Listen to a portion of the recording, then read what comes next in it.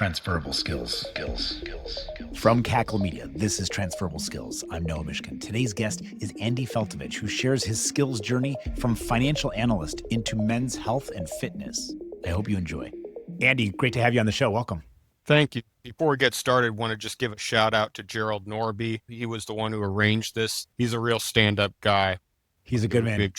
Good shout out to him. Absolutely. Thank you for doing so. I love when friends make introductions for me. So I have my Orthodox Apostasy, a humble shadow of your podcast. I'll link the show below and any details about it, but since you mentioned it, you want to just tell us what it's about? Yes, Orthodox Apostasy. It kind of summarizes everything I am. We question everything except questioning. Show me the data. Show me some evidence. So we don't take anything as given. The primary focus is men's health and performance, but we also get into entrepreneurship and the links with freedom and liberty, which will probably be the subject of my second book, which means I need to hurry up and write my first book. But I've just been very, very blessed. I've been able to meet some extraordinary people in my life, and I'm now cashing in those chits with my podcast guests. Isn't it a wonderful world we live in that with a little bit of effort, you can pretty much get in touch with most people that you want to be introduced to and have guests on that you wouldn't have even known to reach out to? People like this, making introductions. It's incredible the access that we have to information, individuals, inspiration. Remember those books from the 80s and 90s, the Subject for Dummies? It was like Excel for Dummies, the Woodworking for Dummies. This is like the internet has given us essentially that Cliff Notes, that cheat sheet, the ability to quickly ramp up and learn and find out pro tips from people. It's unbelievable. Absolutely. We have the multiple libraries of Congress available instantly on our dumb phones. And what do people do? They use it to argue with strangers about politics. Right. It's amazing how the volume of data has just completely hockey sticked in the past 20 years. I know that there's a lot of people out there, especially therapists or anyone that's in kind of therapeutic positions and professions, but they don't like the word. I like using the word lazy, and they like, oh, it's not laziness. And by the way, I also put in their education too. Is that if you're an educator, you're a therapist of various sorts. When I use the word lazy to describe someone, most of those people will push back and say, well, I don't think people are lazy. I'm going to push back on your pushback and say, yeah, sometimes people are lazy, myself included. I'm 100% tracking with you on the laziness. And that's one of the things I write about. That's one of the subjects of my first book, is that there's at the margins, we've got hacks, we've got strategies that we can use for goal setting, for mindset. But at the end of the day, it's just about putting one foot in front of the other and dealing with adversity and setbacks. But it doesn't have to be binary where you either suck at it or you're amazing at it. Yes. And so micro I guess victories. I'm curious what your relationship is with perfectionism or maybe good enough. There's a point where it's unproductive, unhealthy, where I keep pushing it and it's diminishing return on my time invested in trying to make it even better when good enough sometimes is good enough. I'm curious how you... Yeah, so there's a cool kid word for that, satisficing. Yes, at some point it's not perfect, but it's good enough for our purposes. So I'll toss my mom under the bus because that's what she's there for. So it took me to like the age of 46 to understand her. So just to give you an example, one time when I was staying with her, helping her downsize after my father's passing, she came into my office while I was working, and she said, "Here, is it okay if I tape the garbage bag box a certain way? Because it makes it easier to take out the garbage bags." And I was like, "Mom, at some point you're just going to have to make some executive decisions. I'm delegating garbage bag responsibility to you." That's a big responsibility. So that was kind of, and she's kind of like spectrum OCD. That's where I get some of these tendencies from. So that's like a big deal to her. Like for me, it's like, does the garbage bag box hold garbage bags? But for some things, I like to go down the rabbit hole and make fine art. So for example, during my workouts, I only do right now, I'm only doing 3 exercises, but I like to make every day, every repetition, I make a little micro tweak. I like to elevate it to high art. That's my purpose. That's what God put me on this earth for. Garbage bags, no, there we're satisficing. I don't know, maybe there's different perspectives that you have on when you push something when it's for art's sake versus for the skill Oh set. yeah. So here, so part of my screen framework, so screens stands for spirituality, cognition, recovery, environment, exercise, and nutrition. And the first component of that is spirituality. In spirituality, the first thing I do that I get squared away with my students when I'm onboarding them is we talk about your purpose and your calling. And purpose is represented by a boulder, by the rock. And those are those static things about you. And that might be for me, it's a good son, a good brother, uh, a good uncle. We get their purpose squared away, and then we get their calling squared away. So calling is represented by the waterfall. So those are those fluid aspects about you. And for me right now, that's men's health and fitness, health and performance coach. That is author. That is speaker. That's my calling right now. And the reason we get those squared away from the onset is because people sometimes they mistake their purpose and their calling. So an example of that is the athlete, the football player who blows out his knee and then he can't play football anymore, and then he goes and kills himself. Well, Yeah. he mistook his purpose and his calling. So once we get those squared away, everything else kind of falls into place. Your calendar starts freeing up. You start deleting stuff. You stop spending your time on other things.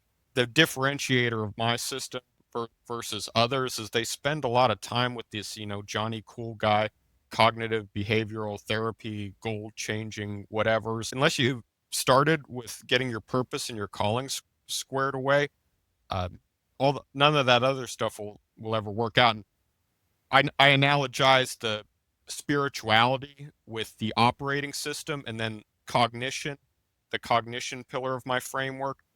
That's where we handle behavior change and goal setting. So spirituality is like the operating system. Cognition is like the software. So you get the operating system right, you can make any software you want. A crappy operating system, you're never going to get good software. Yeah, you're never built for scale. Essentially, Yes, you're limited exactly. from day one. It's everything's going to struggle to perform. One of my mentors, Kelly McCann, he said life is like a pinball game. You've got a little bit of control at the margins, but for most of the time, you're just finding your way. So another way to phrase it is what Michael Jordan said. So somebody asked him what your failures are, and he's like, I don't even know what that question means. You, your successes are due to your failures, right? Those your failures are what propel you to your successes. And even if it weren't, if you didn't have the failures, you'd never appreciate success. There's 100%. so I don't even know what I wish I would have found my calling at 20. I don't know. Maybe in a parallel universe, maybe in another lifetime, sure, but I that's not agree. the way it works here I in the agree, here and it and doesn't now. it doesn't really matter. I think the true blessing is that you find it one day. Is that Yeah. it does materialize, even if it's for a moment, and you didn't maximize its potential throughout your entire life. That's sort of irrelevant. We don't have control over that. Run us through what you were doing, like your career journey. Where did you start, and how did you get to where you're at today? I'll give you the whirlwind tour. So I went to college basically because the Marines wouldn't take me. I have had never had really fit into organized education. I considered myself intelligent, but establishment education kind of never suited my learning style. So I didn't do great in high school, and I basically went to college because the Marines wouldn't take me. My late father was a professor at Southern Illinois University, so I went there because I got the student discount. Bounced around, ended up majoring in political science. If you want to major in something you're going to use every day for the rest of your life, then major in English or political science. And I'd always been interested in economics, so I got my master's in economics from there, a friend of a friend said, "Hey, I've got a buddy at HSBC Mortgage Services. Maybe he'll play ball." So I interviewed with him. I got my first job out of school in a subprime mortgage shop on the eve of the subprime crisis in 2006, which my market timing has been impeccable ever since. So What a great time. yeah, so that was a crash course. My first job right out of grad school, and the sky was falling. That taught me that I could persevere and I could handle challenges. Everybody was leaving, jumping ship, handing off all their stuff to me, onto me, the junior analyst. So I persevered with that and learned a lot about dealing with adversity and learned a lot about consumer credit. Went on to TransUnion Credit Bureau after that. Another great experience. So in addition to the mortgage experience that I got at HSBC, got to learn about all kinds of other consumer credit products. Even got to do some work in policy. So using credit scores, credit data for insurance. I got to help with some congressional testimony for that. And then kind of the highlight of my career was the Dodd-Frank Act passed. And you might recall during the debate about the Dodd-Frank Act during the global financial crisis, there was a debate about what the Federal Reserve's continuing responsibilities should be for bank regulation. So my soon-to-be colleagues at the Federal Reserve went from not knowing if they were going to have jobs to having to staff up a thousandfold in 6 months because the Dodd-Frank Act ultimately said you have to do a systemic stress test of all the banks, never been done before, and you have 6 months to do it, collecting the data, building the models, delivering the results in 6 months. So that was one of those situations where a recruiter from the Federal Reserve cold called me and said, "We need you to build some commercial credit stress testing models." And I said, "My background's in consumer credit." And they said, "Close enough. Can you start Monday?" With one of those deals. Federal Reserve, easily the highlight of my career. Intellect can have an odor. So guys like John Fry, Ed Pels, Joe Nichols, mental and intellectual giants, when you get them all in a room together, it has an odor. That's how smart they are. Yeah. And they steel sharpened steel. That made me up my game. So that was like Icarus flying too close to the sun. That was my first mental burnout. I was there for about 3.5 years. Uh, Was and that that was kind that of stressful? yes, yeah. I mean, it was extremely stressful, and that was an interesting. Everybody there was super stressed because Federal Reserve weren't never known for great compensation. And Sort of ironic. yes, yeah, yes, and it's funny. It was funny. They more economists per capita than any other employer in America. And the head of supervision and regulation, he complained. He said, We're having trouble attracting talent." And I said, "Well, supply and demand. Maybe you can pay more." So anyway, we were extremely overworked and undercompensated, but our employee satisfaction ratings were very high. So it was just an extremely intelligent, motivated group. One of the reasons it was the highlight of my career. Can you tell me more about why there was such high employee satisfaction? The people in the mission. I mean, that's it, right? I mean, we're overstressed, overworked, underpaid, but everybody was just extremely driven and motivated. And it's the people in the mission.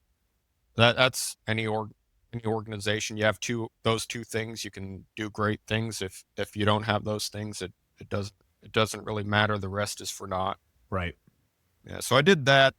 Federal Reserve, I wised up and realized that I was the one being stress tested. So I went to a institution facing role. So going into banks and assessing their risk management practices rather than doing my own independent stress tests and models of those banks, which was great. That was part of my coach that kind of planted the early seeds of coaching, going into those institutions, assessing those risk management practices, and that's kind of when I realized that I had the gift for simplifying things and making it understandable to people. And I'll give you an example. There was one guy. It was at a regional bank, so $10 billion bank, which is kind of like a mid-sized regional bank. Yeah. And Pennies. yes, and he asked me, he said, "You guys, you talk about how you scale your exams for the size and complexity of the institutions. You scale the level of scrutiny for the size and complexity of the institutions." And he said, "What the hell does that even mean?" And I said, "Okay, I'll give you an example. Right now, I'm working on a money center bank, which is $1 trillion plus, and I'm going to write about 20 pages about one subcomponent of one model. For you guys, a $10 billion bank, I'm going to write about 2 pages summarizing your entire risk management practice." And then 5 years later, I meet the guy and he says, "I still remember what you said to me. You told us, you gave us that explanation about how you scale the intensity and the scrutiny of your examinations for the size and complexity of the institution." He said, That's the last time a regulator ever told us something useful that we could understand." So how do you take like a $10 billion portfolio of assets and put that into a two-page report? So you just stripping out the essence. Another thing that I took to the a skill from that era that I take to me to this day is root cause analysis. So we're always, as a regulator at the Federal Reserve, they were always beating the concept of root cause analysis into our head. What are the drivers? What are the needle movers? So you take that wheat and you wash away the chaff, and that's how you get to 2 pages. Yeah, there's a lot of projects there. So there was the other thing was the living wills that came out of the Dodd-Frank Act. So you had to write a plan for how you would deal with this institution in dissolution. So in the instance that it failed, it became insolvent, how would you wind it down?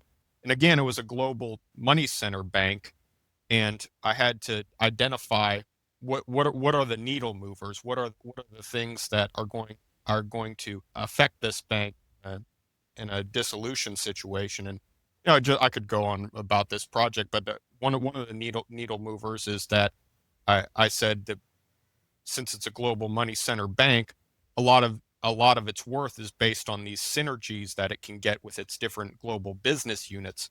So trying to sell them off piecemeal, the parts aren't as great as the whole, and the valuations are drastically overstated. So kind of just find out what the needle movers are. You don't need an exhaustive laundry list of everything. Just identify the highlights.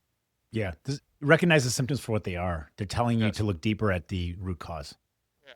And that's a skill I take to this day. So like I'm dealing with juggling multiple coaching clients in my current. So one guy, I'll use fictitious names to protect the guilty.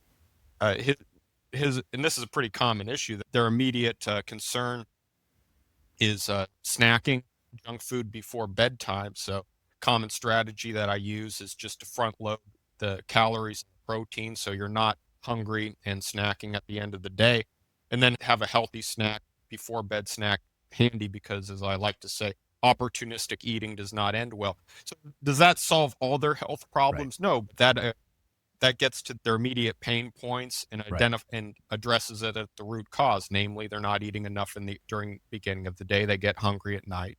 Then the secondary issue is that when they do get hungry at night, they don't have a healthy snack stage. So again, opportunistic eating. They just go in the pantry and grab the first thing they get their hands on. So back to my mentor Kelly McCann. He's got another saying. He said, if you want to learn something new, read an old book.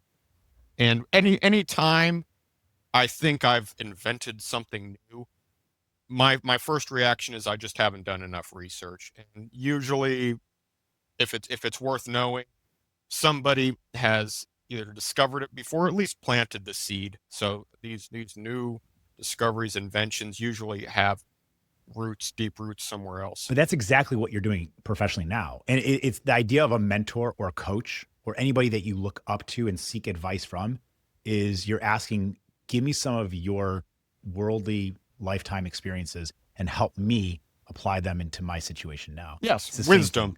So that's what separates good coaches is wisdom, the things that I can't learn from reading a book. So not just what you can do, what should you do. That's wisdom. Takes a long time to acquire, and it's not easy. And That's what separates the greats from the also-rans. How did you get into what you're doing now? Describe the coaching that you do, and I want to talk about the skills that you bring over. I mean, you talked about Okay. the inspiration from your career. So let's talk about what you're doing now and how you got into that. Okay, the whirlwind tour of how that got started. I got been a lifelong athlete and fitness enthusiast, and then during my early 30s at the Federal Reserve, which we talked about, I was putting in long hours, global financial crisis, totally neglecting my health and performance. And the doctor took me out to the woodshed and said, "Look, son, right now you're young. The conversation's about what you should be doing. And 10 years from now, if you're still alive, the conversation's going to be what you should have done." So I got serious about health and performance, went started going down the rabbit hole, traveling the world, learning from these top experts, and was doing it semi-professionally for a decade. And then a couple things happened this year. One is that my father passed due to poor lifestyle choices, and I've talked about this publicly in my blogs. His his struggles with alcohol addiction, mine, how I quit, how we were estranged, and then how we reunited for a year and a half before he died. So it's a great story. His passing and me turning 46 just brought my own mortality into perspective, and that's when I got the courage to take the plunge and do men's health and performance full time. And to answer your question about the skills I learned, a lot of this stuff just isn't that complicated, and we don't fail because of lack of knowledge. It's because we don't bring skills that I learned from my previous life into the current role. So, for example, we talked about root cause analysis. So you see all these God blessed social media posts, these laundry list of all the things you need to think about and worry about, and it's like, okay, well, if I tell you 100 things, if I tell you two or three things that you need to do that are actually gonna move the needle, you'll maybe do one or two of them. If I give you 20 things to remember, you're not going to do any of them. So that's so root cause analysis, and also upside versus downside risk from my career in risk management. Everybody argues about the right answer. So what's the right amount of protein that you need to take? What's the right amount of sleep? What's the right amount of water? And there is no right answer. What's the joke? How do you get 15 different opinions? Well, you ask 10 scientists. There's never going to be a consensus on some Right. of these things. So protein's a great example. Or on the side of more, right? Dr. Jose Antonio, he stress tested the poop out of this. He gave people ungodly amounts of protein for 2 years, and the only consequence was better recovery, better performance, and better body composition. So when in doubt, eat more.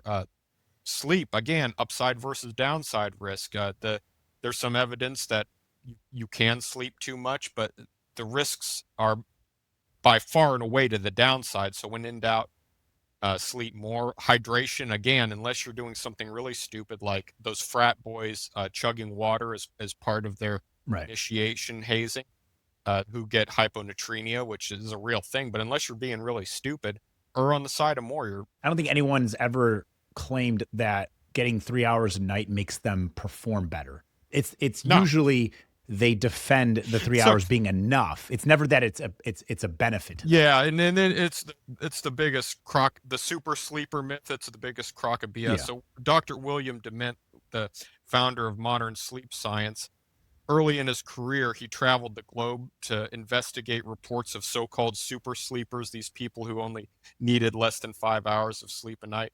He said it was the biggest waste of time and money Yeah. in his entire career. He said they're unicorns, they don't exist, or they're like you, whatever, they're intellectual academic curiosity, not things that the rest of us need to worry about. I got this great book. I was listening to Econ Talk with Russ Roberts, and one of his guests was talking about a bunch of different books. This one is called How to Lie with Statistics by Daryl Huff. Ha! Do you know that Yes. book? Yeah, it's unfortunately some people seem to treat it as a how-to manual, but yeah, go Right. ahead. Yeah, so I haven't read it yet. I just got it, but when you describe these research studies, so this idea of this individual going and spending all his time and money to study the super sleepers, it's not really going to apply to most people, if if even anyone. And the truth is, that's a perfect example how they could have published with the data that they had in that small window to say, I found them. Here's what they do. Here's what the output is and the success rates and all the data metrics to support those super sleepers. But what they might leave out is what does it look like from a lifetime value, from longevity, from quality of life, or other parts in their life, even during that time simultaneously. You can publish an article on those findings and make it say what you want it to say based on the data it's the data that you're omitting or haven't tracked that doesn't support the thesis. So glad you're reading How to Lie with Statistics. It's a classic. I actually did a post about that alcohol consumption, Mm-hmm. about relative versus absolute effects, because the big rage now is that even one drink a day will kill you. And Is that true? no, it's not true. And the reason is that's the absolute versus the relative effect. So there is a relative increase in cancer risk if you have even one drink a day, but it's off of such a low baseline that it's not a needle mover. So yes, it does increase your risk, but if you multiply a small number by a small number, you get another small number. So you're talking about a big relative Right. increase off of a low baseline. So at the end of the day, it's not that big a deal. The other thing you mentioned was omitting data. The Challenger, the Space Shuttle Challenger disaster, I use that example of why you never delete data. They looked at the correlation with failed O-rings and Mm-hmm. temperature. They omitted the data points where the O-rings didn't fail. And they said, look, there's no correlation of O-ring failure with temperature. And then but when you put in all the data points, that like the correlation smacks you in the face. So Right. I've always told people, if there are instances where you need to delete outliers, but very, very seldom. And if you do, you always present the full data set and the data set with the deleted outliers. That's right. There's nothing wrong with having a second set of results and contextualizing them. Absolutely. Having done this for so long, you hear all people's BS stories for why they need to delete data. So kind of like heads I win, tails you lose. Right.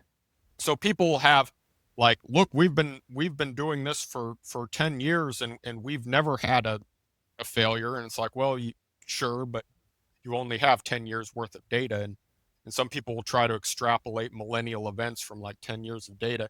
Or you'll have a failure and they'll say, but things were so different back then and we're doing things so much better now and we're so much smarter now. So we're going to delete that data point because that'll never happen again. You should almost never do it. When people do, they almost always have a BS story for why they're deleting it. And having done this enough, you know not to buy it. What are there things from your background, your past career and jobs that makes you really good at this job based on the skills that you've drawn from in the past? The root cause analysis, the upside versus downside risk, the satisficing principle that we talked about is that if you're not doing this at the most elite levels, is it really worth your time and effort to spend a lot more time and money to get smaller and smaller and smaller incremental improvements? That's kind of the skill set I take from my previous life. And to answer your question, why I excel at what I do now, that's because of the screen framework. It's because I tailor everything to each individual student. So the screen framework, again, spirituality, cognition, recovery, environment, exercise, and nutrition, they're all important and they're all interrelated and they all have to be addressed. And if you don't address them all simultaneously, you're going to get a subpar result.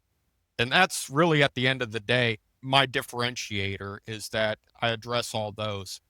You might have seen the logo for my company, which my marketing people hate. They think it's cultish, but it's a fully connected hexagon.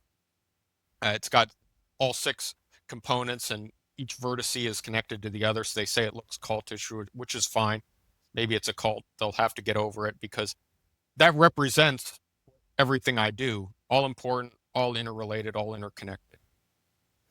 Yeah, that's right. I mean, I think there's honestly the idea of a cult is cults have gotten a bad rap, but there's a brighter side, and I mean that sort of tongue in cheek. But the truth is that what you're doing is you're building something that has ambassadorship and people that are evangelists of your movement if what you're doing is helping improve their lives. And I mean that Yes. objectively. Yeah, and And that's going to be the title of my second book is I'm still tweaking the title, but something about entrepreneurship and freedom. So both freedom from your own personal standpoint and freedom from a societal standpoint. Unless you're optimizing your health and performance and connecting with your calling and your purpose, you're never going to be truly free as an individual, your best self-actualized self. And then from a societal standpoint, we talked about Thurgood Marshall and constitutional law. Second Amendment, the broader point of the Second Amendment is the founders visioned a vigilant citizenry that keep their government in check, and that's why I take the Marxist perspective. I have no problem with Marx. His fan club scares the crap out of me. Your government wants you to be dumb, fat, sick, and weak, right? Because they're easy to control. You need to be strong and healthy in order to form that vigilant citizenry that can keep your government in check. So yeah, I'm not selling 30 days to a bigger beach bottom. This is something a lot bigger. yeah, it is mission driven. As you said in the very beginning, the things that rally a team to have high employee satisfaction and connection and motivation and drive Yeah, is the Valley Forge, baby. I yep. mean, why were they starving and freezing at Valley Forge when the Tories down the street were selling their grain to the British? Because they had mission, they had purpose, and they had a leader, General Washington. So I'll leave you with this: the most important question in history: does leadership matter? Going back to Thucydides and the Peloponnesian War. So Pericles lives. Do the Peloponnesians win the war? And I think they do. I think leadership matters. I think Valley Forge, the revolution, no George Washington, then we're not having this conversation. We're slaves under some slave owner. Hindsight 2020. Well, Andy, thank you. This has been an awesome conversation. Really enjoyed talking to you. And thank you for giving us your time, your experience, your skill set. And I wish you all the best with your first book, your eventual second book, your podcast, and all your coaching. Thank you. I appreciate that. And so God bless you, Noah. It was a great honor. All right, take care. God bless. I want to thank Gerald Norby for recommending Andy as today's guest, and to you, our listeners, for joining us on this episode of Transferable Skills. Remember, the skills you've gained can take you anywhere. Until next time, keep exploring those transferable skills.